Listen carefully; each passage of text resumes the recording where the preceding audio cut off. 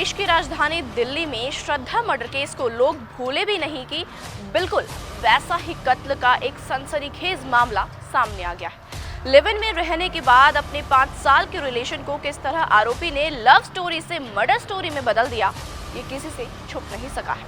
नमस्कार, आप देख रहे हैं जीबीटी लाइव और मैं हूं आप सभी के साथ कृतिका भटनागर। दिल्ली में लाश को मारकर फिर लाश के टुकड़ों को ठिकाने लगाने का सिलसिला पहली बार नहीं आया है। पिछले साल दिसंबर में श्रद्धा के साथ हुई हैवानियत कोई भूल नहीं सका था। श्रद्धा मर्डर केस में भी आरोपी ने लाश के टुकड़ों को काट कर फ्रिज में रखने के बाद फेंका था। पुलिस जब श्रद्धा मर्डर केस की छानबीन कर जांच कर रही थी, ठीक तभी अंजन दास मर्डर केस ने दिल्ली पुलिस को हैरान कर दिया था। उसकी लाश के टुकड़े भी फ्रिज में रखने के बाद ठिकाने लगाए गए थे। ये कत्ल, लाश और फ्रिज से जुड़ी 2 खौफनाक कहानियां थी जो किसी भी इंसान को दहला सकती है। इन दोनों खबरों से लोग अभी उभर भी नहीं पाए होंगे कि निक्की यादव केस हमारे सामने है। अब आपको निक्की मर्डर केस की इनसाइड स्टोरी बताते हैं कि साहिल ने कब, कैसे और क्यों निक्की को मौत के घाट उतारा। अभी जो खबर सामने आई है उसके मुताबिक आपको बता दें कि पुलिस साहिल को लेकर निजामुद्दीन और आनंद विहार रेलवे स्टेशन लेकर गई थी, जहां से वो निक्की को कत्ल वाले दिन लेकर गया था, ताकि ये पूरा सीक्वेंस कनेक्ट किया जा सके, जिससे निक्की की हत्या की सही जगह और समय का पता चल सके। आरोपी साहिल 9 फरवरी की रात तकरीबन 1:30 बजे निक्की के घर पहुंचा था और कुछ घंटे वो निक्की के घर पर रुका।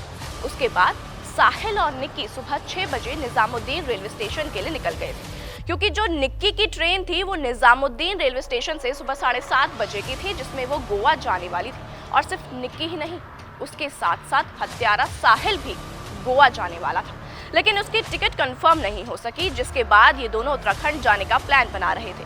और उत्तराखंड जाने के लिए ही साहिल और निक्की आनंद विहार बस अड्डे पहुंचे, जहां जाकर उन्हें पता चला कि उत्तराखंड जाने की जो बस है वो कश्मीरी गेट बस अड्डे से मिलेगी। जिसके बाद साहिल आनंद विहार से दिलशाद गार्डन जाने वाली रूट पर निक्की के साथ निकला। साहिल ने निगमबोध घाट के मेन गेट से तकरीबन 20 मीटर पहले अपनी गाड़ी रोकी, जहां पर साहिल और निक्की के बीच जमकर बहस हुई। क्राइम ब्रांच के सूत्रों के मुताबिक जो खबर सामने आ रही है वो ये है कि दोनों के बीच किसी चीज को लेकर जमकर झगड़ा हुआ था। जो मृतका है निक्की, वो साहिल और उसके घर वालों को भला बुरा कह रही थी। अब सवाल यह उठता है कि आखिर निक्की साहिल के परिवार वालों को भला बुरा क्यों कह रही थी। तो जो जानकारी सामने आई है उसके मुताबिक साहिल भी निक्की से शादी करना चाहता था, जो कि उसके परिवार वालों को पसंद नहीं था, और साहिल के परिवार वाले उसकी शादी अपनी पसंद की लड़की से करवा रहे थे। ऐसे में निक्की ने साहिल के परिवार वालों के बारे में बुरा भला बोलने लगी, जो आरोपी को बर्दाश्त नहीं हो पाया, और फिर साहिल ने निक्की की डेटा केबल से गला घोंटकर उसकी हत्या कर दी। सूत्रों के मुताबिक जो जानकारी हाथ लगी है उसके मुताबिक निक्की की हत्या के 2 दिन बाद तक जब निक्की के परिवार वालों की निक्की से कोई बातचीत नहीं हुई, तो निक्की के पिता ने दोनों के किसी म्यूचुअल फ्रेंड से साहिल का नंबर लिया और उससे फोन किया। साहिल से 2 बार फोन पर बात की और अपनी बेटी के बारे में पूछा। साहिल ने निक्की के पिता को ये कहा कि निक्की कहीं घूमने गई है। कहाँ घूमने गई है उसके बारे में वह नहीं जानता। जब निक्की के पिता ने साहिल से पूछा कि तुम उसके साथ क्यों नहीं गए, तो साहिल ने निक्की के पिता को कहा कि उसकी शादी होने वाली है, इसी कारण से वह उसके साथ घूमने नहीं गया। वहीं जानकारी के अनुसार निक्की यादव का फोन साहिल के पास से क्राइम ब्रांच ने बरामद किया है। साहिल की शादी के दौरान निक्की का फोन साहिल की जेब में ही था।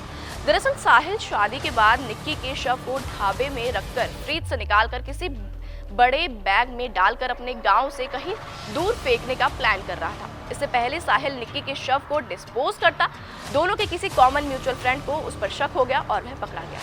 लेकिन इसी बीच जो बड़ी खबर सामने निकल कर आ रही है वह है कि निक्की के परिवार वालों ने बड़ा खुलासा किया है। जी हाँ, निक्की के परिवार वालों का कहना है कि निक्की किसी के साथ भी लिव इन रिलेशनशिप में नहीं रहती थी।